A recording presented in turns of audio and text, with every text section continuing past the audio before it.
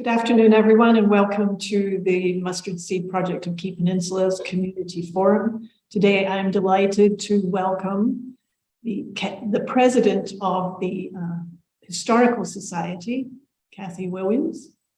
And Kathy's going to give us lots of great information about the Key Peninsula Historical Society, which is dedicated to preserving local history so that succeeding generations will have not only a good grasp, but an accurate grasp of early exploration and settlement here on the Key Peninsula. So Kathy, I will turn the meeting over to you. Thank you and welcome. Well, thank you, Maureen, for that nice introduction. I'm going to go right into the PowerPoint presentation I have. I'm going to start at the beginning and tell you some things about the Key Peninsula. We are dedicated to preserving the local history of Glen Cove, Heron Island, Home, Key Center, Lake Bay, Long Branch, Minter, Rocky Bay, Vaughn, and Wana. And we are located right behind the Civic Center. And we are open on Tuesday and Saturday from 1 to 4 p.m., February through November. We were founded in 1987. And we're run all by volunteers. We rely on our donations and memberships and grants. We are interested in all things that are related to the history of the Key Peninsula. We're a 501c3.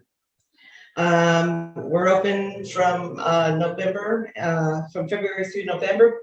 And our published hours are 1 to 4 on Tuesdays and Thursdays. But I do want to add that if you ever have a family member or hosting a weekend with a bunch of people who would like to come over and view what we have in the museum, we would love to have you do that. And just send us a message to our email address, which I'll give to you again later, and we can arrange that. So don't be afraid to do that.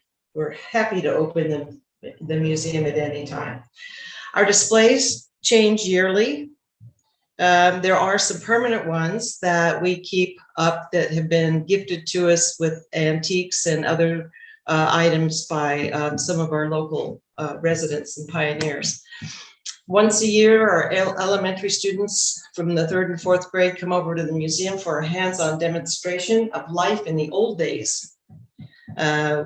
We have prepared what we call living history kits for our elementary teachers that they can use for a 2-week period of time when they are covering the history of the Key Peninsula. And it just is focused only on the Key Peninsula and its history.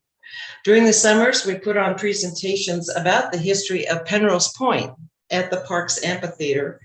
And the next one is July 16th at 8 p.m. And the following one is August 20th at 7:30, if you're interested in that. I just wanted to show you some pictures from our Living History Day at the museum where the children are enjoying being here. I always find it up here in the left-hand corner. The boys are always very interested in scrubbing the clothes on the washboard, and that always sort of tickles me. One of the favorite activities that they have is making butter from cream. And we have a butter maker or a jar that we shake full of whipping cream, and then they're able to make butter. Another favorite thing that goes on there is a spinning wheel. And we have somebody who comes in and brings wool from her various animals, from rabbits and sheep and alpacas and whatever she's got there. And she weaves them into a yarn, and she spins it on the spinning wheel and then turns it into socks. And they're very interested about that. They also like the fact that there's old-fashioned games that they can play with.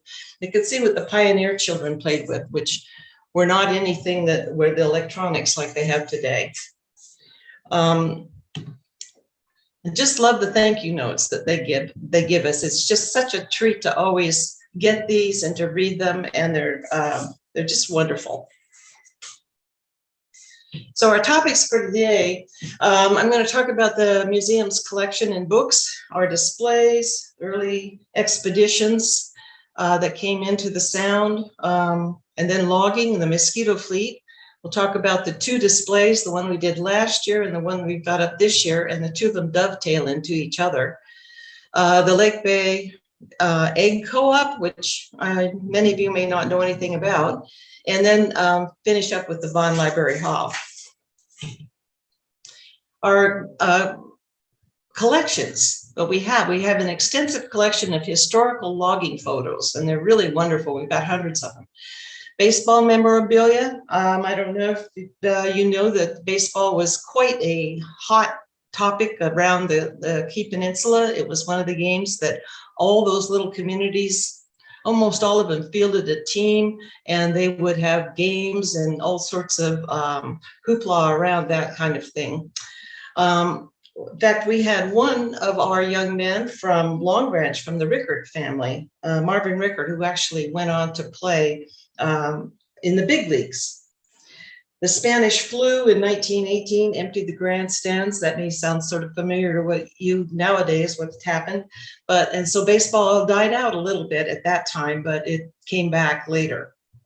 So as I'm focusing on the communities of Glen Cove, Heron, Home, Key Center, Lake Bay, Long Branch, Minter, Rocky Bay, Vaughn, and Wanna, all the communities that are right here on our key. We also have in the museum, we have bookstores. We have books by local authors, books about local information. There's a great one that people seem to like that's it's for kayaking. You can look at the historical sites from your kayak, which is kind of fun. We have t-shirts, note cards, mugs, and cookbooks. And the cookbooks are fun because a lot of them are recipes that are quite old. And so there's a pinch of this and a handful of that, and you hope for the best. Permanent displays, as I said before, are usually the artifacts are given to the museum by our local families. And then we have our current display, which we have up today. Here's just a sample of some of our books. The Early Days of the Key Peninsula by Arledge is probably the best one for finding out all the well-rounded information that is here on the peninsula. And we call it our Bible, our Peninsula Bible. So it's quite useful. Okay, some of our past displays. We have a history of logging on the KP. We've done the history of baseball, history of the hotels and resorts, and there are quite a few of them. History of some of the early businesses. Last year, our display was called The Women Who Dared, and that was women who dared to come west. And it covered the years from 1871 to 1920. And it was about the women pioneers who came out with their husbands to forge a life out here for themselves and their families. If you could imagine coming from the East Coast and not knowing what was out here, it was a wilderness. They didn't know about the Native Americans, whether they'd be friendly or not.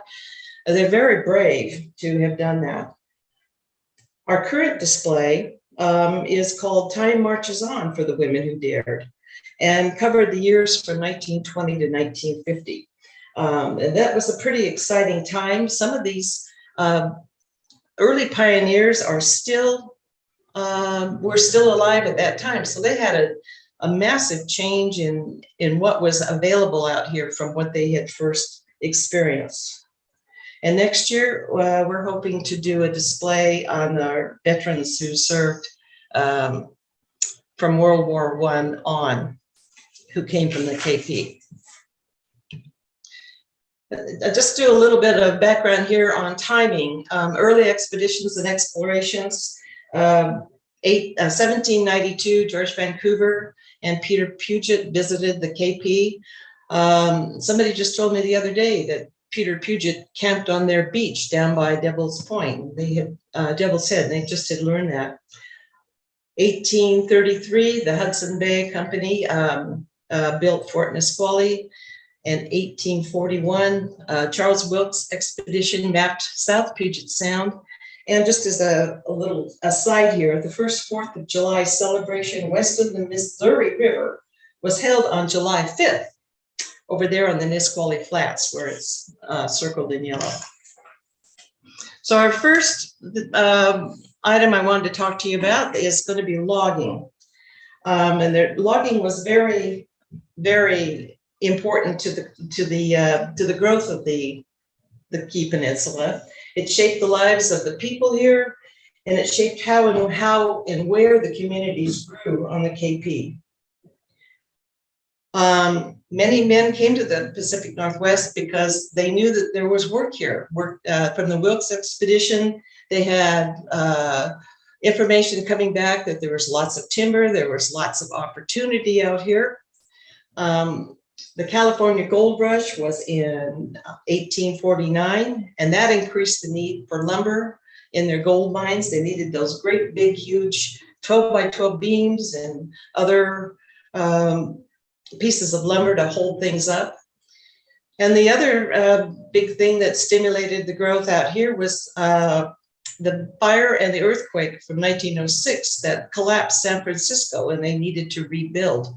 So a lot of our logs were cut and then wrapped into silicone, where they were milled and then shipped down to San Francisco.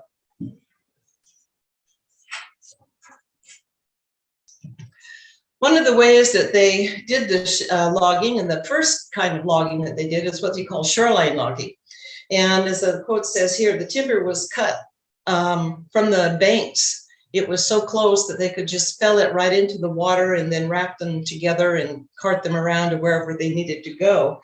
They would usually take them over to Steilacoom, which was quite a trip, if you think about it, for milling, and then they were being shipped wherever they needed after that.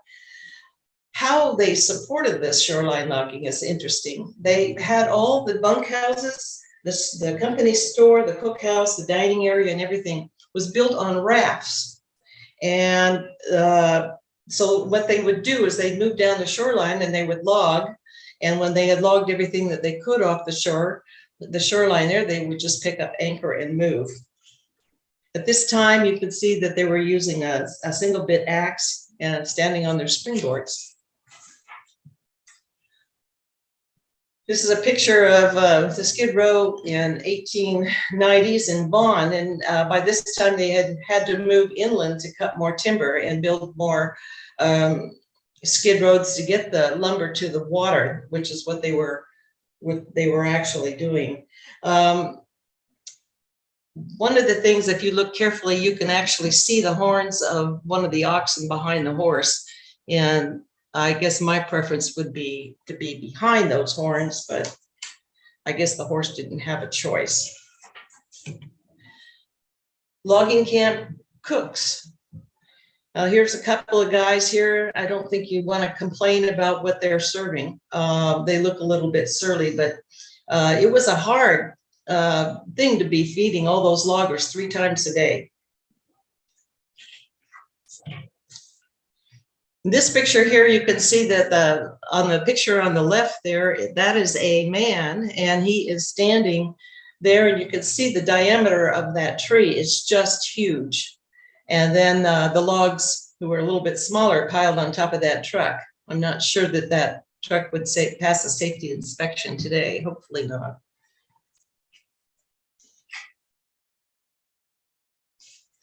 One other thing I should mention here is that I've been told by some of the old timers that were living around here that most of the trees that you see around here is all second growth, that the Key Peninsula was almost completely logged. Okay, about the Mosquito Fleet. The Mosquito Fleet refers to all the steamboats that swarmed the waters are up here in the Puget Sound for 75 years, carrying passengers and groceries, supplies, mail, etc. There were very few roads on the Key Peninsula, and what was there, they were bad. They were almost impassable in the winter with the rain and snow because of the lots of mud. There were trails through the woods. It would take half a day to walk from one of the communities to another. So these little boats, they became the lifeblood of our local communities, and you could hop on one in Long Branch and then just hop off again at Lake Bay, or go up to Glen Cove, or wherever you need, or over to Tacoma, and then catch another one up to Seattle. So that was one of the only ways that they could get around. And they were all sizes and shapes. They ran on wood, coal, and oil, steamboats, launches, side wheelers, stern wheelers, propeller driven. In the early years, they didn't have any kind of set schedule, but later on, as they started carrying more passengers and found that passengers were basically going to be who was footing the bill on most of this, that they started to have a set schedule. They were the basic reason why the KP settlements could survive and grow, because they said they were able to bring groceries over, and they were in the mail and other supplies.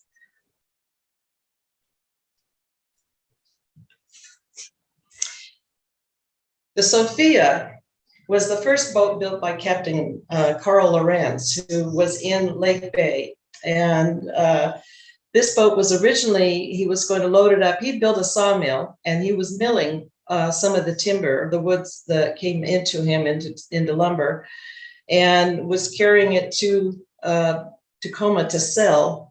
And people gradually began asking him if they could have a ride. So I think he figured that there was more, probably it's a good profit in carting people around as a little passenger ferry. This is the Tyrus, and this is a little bit bigger boat.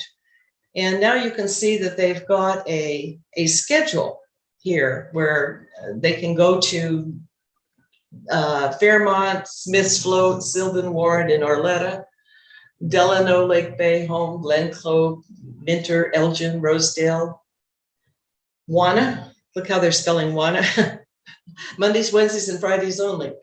So it was progressing, and our transportation was getting better. And you see the boat's a little bit more elegant and streamlined, and they've got a lot of people on it. Oops, sorry. Now here's a picture of the Mosquito Fleet in the Long Branch area. At the pier, the Tyrus is picking up passengers in Long Branch, and again, their Long Branch's slogan was "Make Long Branch Grow." And a couple of ferries, the Elk and the Eagle, were picking up passengers back and forth. The bottom picture shows the Audrey leaving the Long Branch dock, and the Audrey was a grocery boat, because it couldn't get groceries and there weren't grocery stores. The groceries came to you in the form of a boat. So they would come in and they'd dock, and you'd go down there and pick up your groceries from the boat. This photo was taken probably a little after 1910. I want to talk a little bit about the women who dared. And the display from last year highlighted the women pioneers I told you about, who arrived on the Key starting about 1871. And it featured the struggles and hardships that they faced. They had no transportation or roads, no grocery stores. If they wanted groceries or mail, they had to go to Stillicum. They had to row to Stillicum to get them. No doctors, no electricity, no running water. And I wanted to talk about 3 women in particular that made a big difference on the KP from that group. First one is Sarah Creviston, and I'm sure you've heard that name before, the Creviston Road. She was 14 years old when she married a widower with a young son. Now, she fell in love with this man when she was 12, and he was a friend of the family, and her parents made her wait a couple of years till she was 14. They were married, and they moved across the river, the Columbia River, from Dalles, and spent 3 years in the Washington Territory. And from there, they moved up to Stillicum and began searching for a permanent home. By then, she had 3 children of her own, plus her stepson. They decided they wanted to go look, and this is the way that they were going to do it. They loaded a raft with all their belongings, everything, and all their children. And then they set off. They let the tidal currents carry them. At first, they landed on Anderson Island, and they decided they didn't like that, so they set off again. And they ended up landing on Devil's Head in 1871, where they spent the next 6 years. After spending 6 years at that particular location, she had 8 children by then, and she was starting to worry about losing them to drowning. And so she wanted to move inland, and she talked her husband into finding another place. And he looked around, and he found a nice flat place where they could do some farming up near Palmer Lake. And there were also some other people up there, and maybe a small community was starting to form. So they moved up there and built their house. And when Sarah started saying, my kids are old and I only got educated to when I was 14 years old, and she really wanted her children to be better educated than she was. So she, I wouldn't say she badgered the men, but she got the men to build her a little schoolhouse, and she became the first teacher in that schoolhouse, and the first house, the first school on the KP in 1878. And she eventually had 11 children, and she lived until 1937. So she was able to see all the changes that took place after 1920. And as I said, there was a huge change. This is what the kind of house that she would have lived in.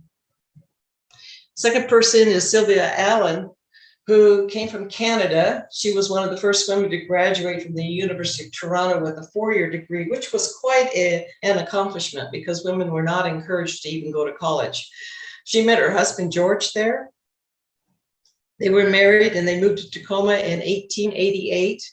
And while they were there, they met some other like-minded socialists.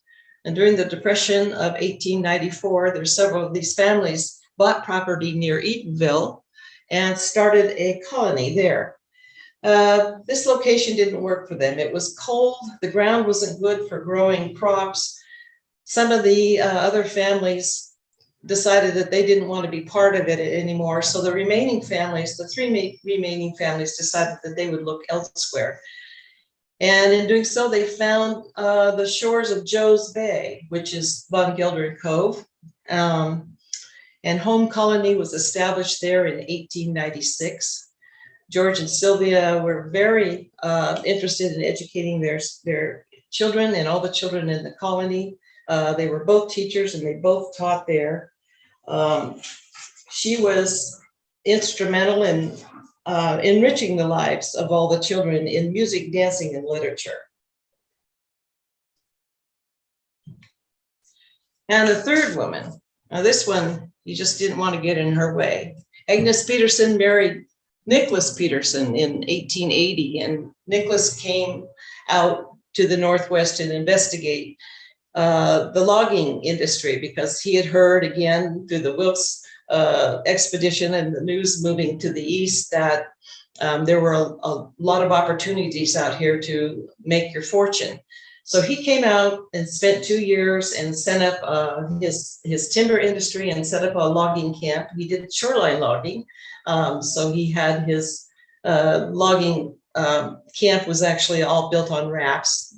And when he got that finally established, he sent for Agnes, and she came out to Glen Cove. She became his bookkeeper and the camp cook, providing 3 meals a day. Remember, there's no electricity and no running water. So to feed all these people, she had to learn how to preserve food using vinegar, salt, and lard. She got up in the morning and baked 15 to 18 loaves of bread daily, managed the cookhouse and the store, and could make 1 to 3 logger shirts overnight. The Petersons were gifted some land as part of a settlement and a deal that they'd made with somebody else. And it was in Glen Cove. And they decided there was a depression was on and starting about 1894, and they needed to find something else to do. So to bring in money. So they opened up a big hotel there, and Agnes ran that. She grew a very large garden and she raised livestock to feed her guests. The Glen Cove Hotel is still in operation, and it's listed on the National Register of Historic Homes.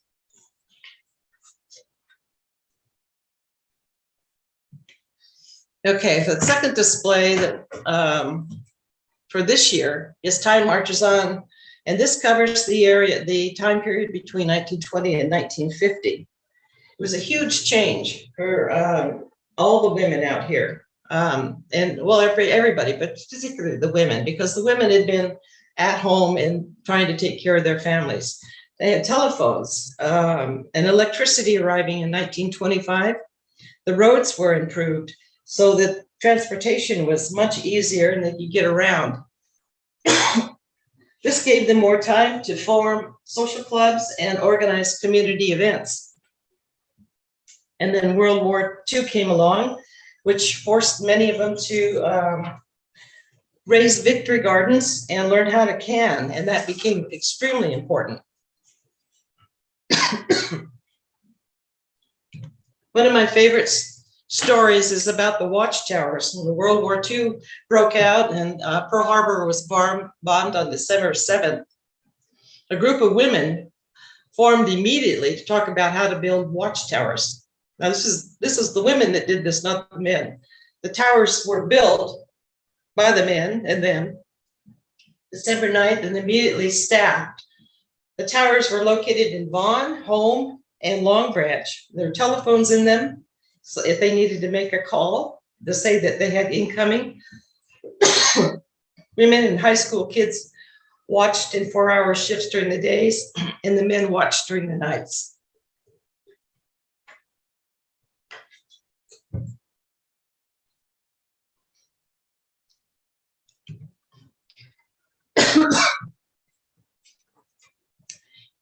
These are the local women who served in the different armed forces. There are 17 of them. And most of these women are second generation from those pioneer women.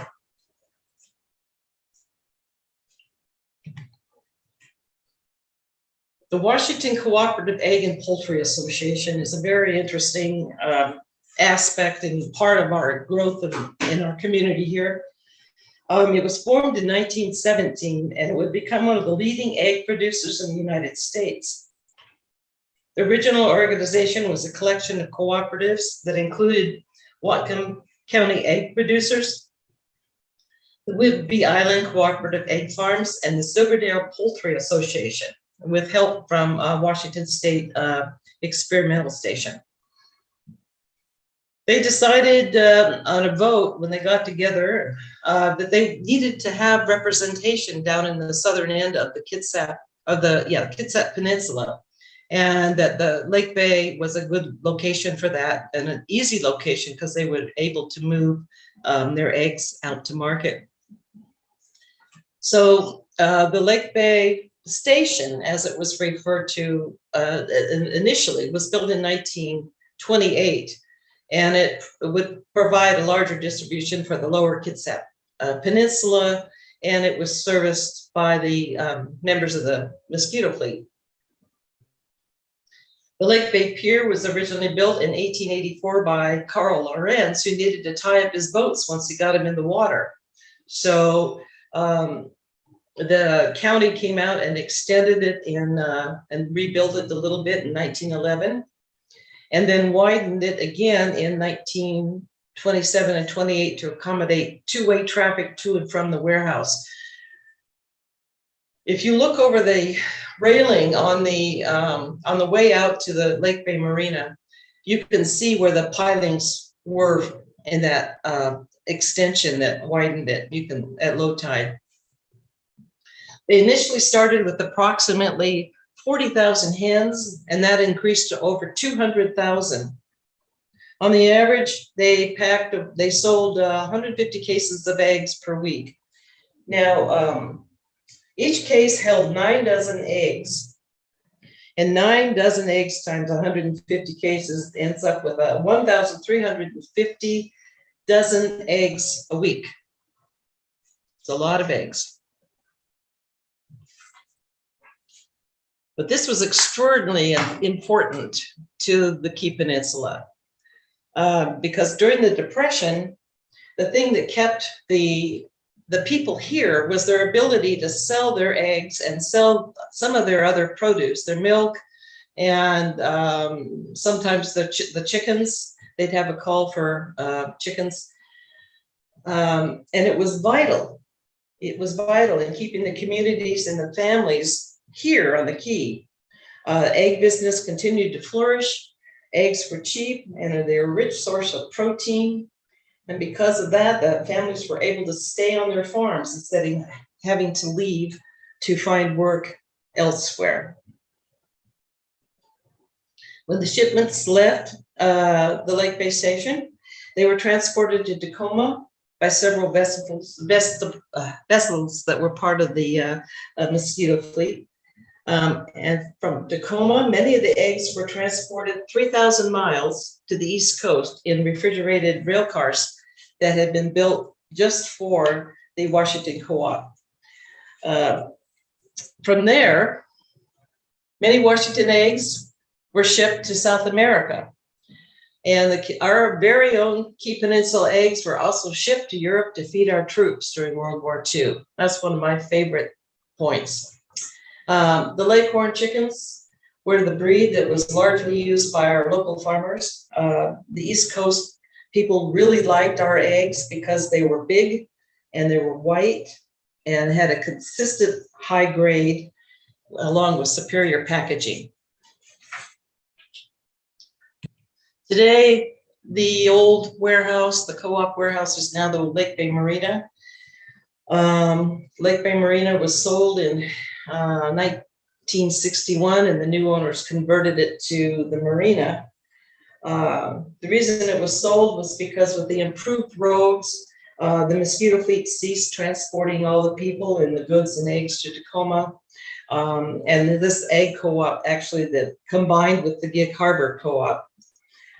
So the building was sold. It was recently sold to the Recreational Boating Association of Washington. This building is also listed on both the Pierce County Register of Historic Places and the Washington State Heritage Register of Historic Places. The last subject I wanted to talk to you about is Vaughn Library Hall. Vaughn Library Hall is over near the boat ramp in Vaughn off Hall Road. It's the last original meeting hall still standing on the Key Peninsula. Many of them have burned down. It was originally built as a dance platform in 1889. Then the Vaughn Bay Public Library Association decided that they wanted to enclose it. And so they turned it into a meeting hall and set a little library section off in the back corner that was about 8 by 8 feet. It became a community meeting hall, and a lot of events for the community were there.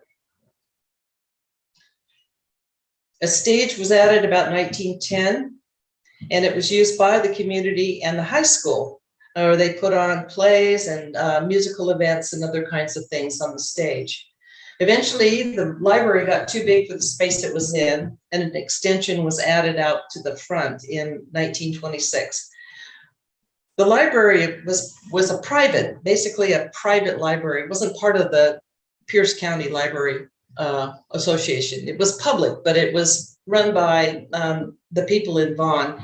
And people gave their books donated all their books to the library. So that's why it was able to fill up. And we still have some of those books. When we get that library extension completed again, we're going to put some of those books back on the shelves. And I think it'll be fun to take a look at them.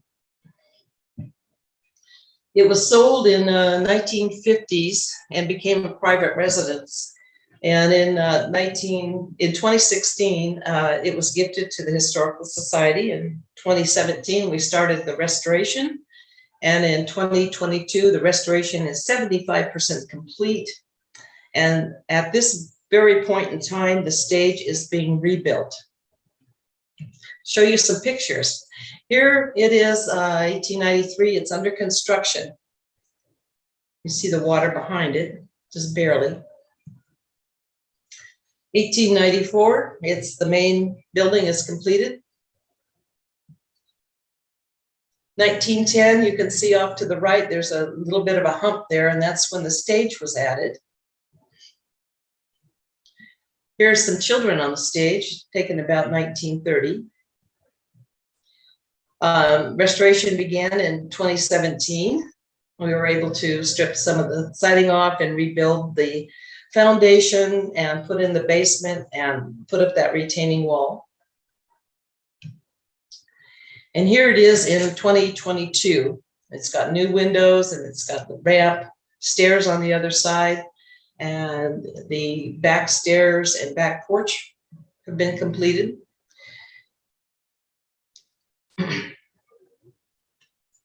Well, I just want to thank you for your interest.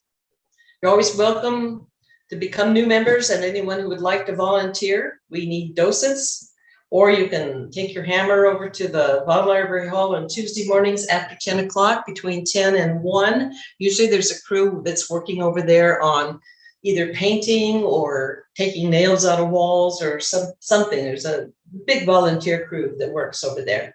We'd love to have anyone who's interested go over there and help. We are interested in any documents, pictures, or memorabilia that pertains to the Key Peninsula.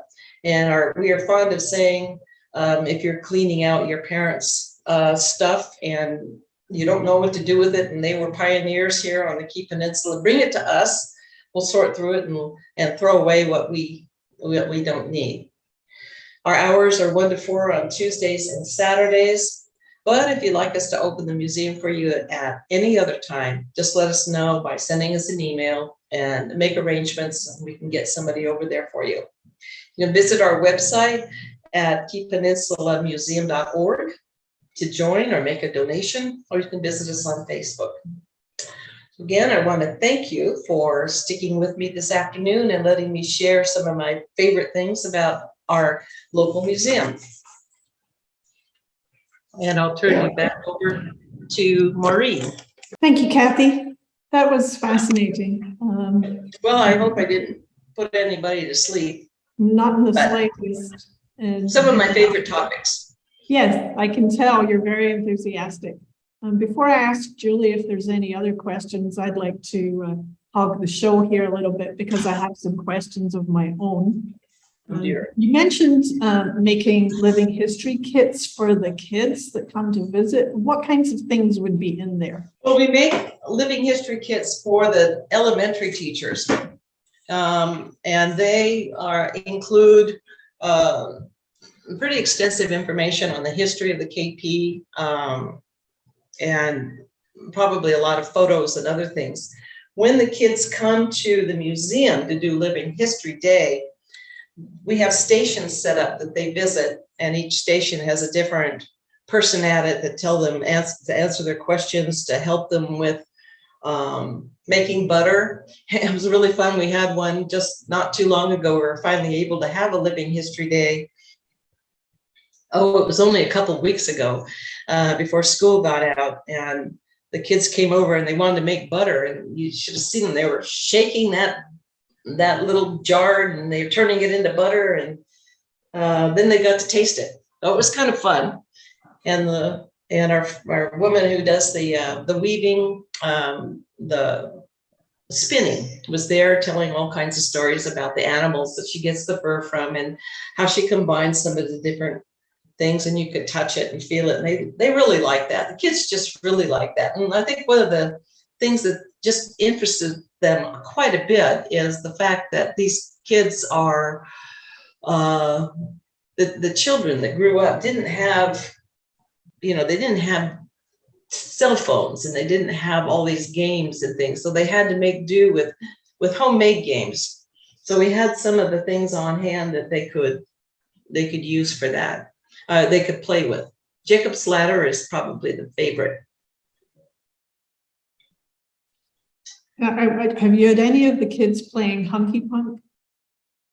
You know what that is? That's the kicking thing? It's where you get 2 rounds of wood and place them a certain distance apart, and a kid goes up on each, and they have a rope between them, and they try to pull each other off their little platform. It's a great game, and simple and cheap, and it's especially the boys, they love it. Oh yeah. I had another question when you were talking about logging. What were most of the trees here? Was it mostly cedar they were cutting, or was there a lot of other wood?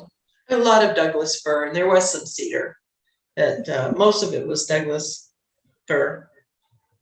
And some of the pictures that we have show during the Wilkes expedition, they didn't have cameras, but they had an artist on board, and he would take a picture. He would draw a picture of one of the crew out standing next to a a tree with his hands out, and the tree was the diameter. I mean, it didn't even reach. There was probably 5 feet on each side of the end of his hands before it even started to go around. It was pretty massive trees, hundreds of years old. Yeah, amazing. Who decides on your displays and curates them? We do, the board. We sit down and say, who's got a good idea? What do we do? What do we have? What haven't we shown before? What might be pertinent and informational? We settled on the women a couple of years ago because it was 1920 and it was the passage of the voting for women. And Washington State was way ahead of the rest of the country when that came in. They gave women the right to vote in state elections 10 years before the rest of the country did, gave women the right to vote. Eric asked me to float an idea past you, and we're interested in perhaps getting copies of some of the historical photographs framed for our assisted living facility. No, I did not use the word facility. Our assisted living homes that are currently under construction, and I know that one or more of the committees of the Mustard Seed would just love to talk to the Historical Society about that opportunity, if that's something we could work out. Oh, absolutely. We'd love to share our pictures. We've got so many beautiful ones. Wonderful. That would be a great thing to have over there for our families and our residents that are going to live there. Yeah, very good. If there are no other questions, I'd like to thank Kathy very much for her time. And before everyone leaves, I'd like to mention our upcoming community forums. On July 21st, we have Kelsey Asacharov of the ADRC, Aging and Disability Resource Center, and she is going to talk about caregiver support that the ADRC can offer. And then on August 11th, we have Kim Peterson, also of the ADRC, who's going to talk about Medicaid services that are available in your own home. And I'm sure those are two hot topics for our Key Peninsula residents. So tune in on August 21st and August 11th. No, July 21st and August 11th, pardon me. And we will see you there. Thanks very much for joining us. And again, Kathy, thank you for your time.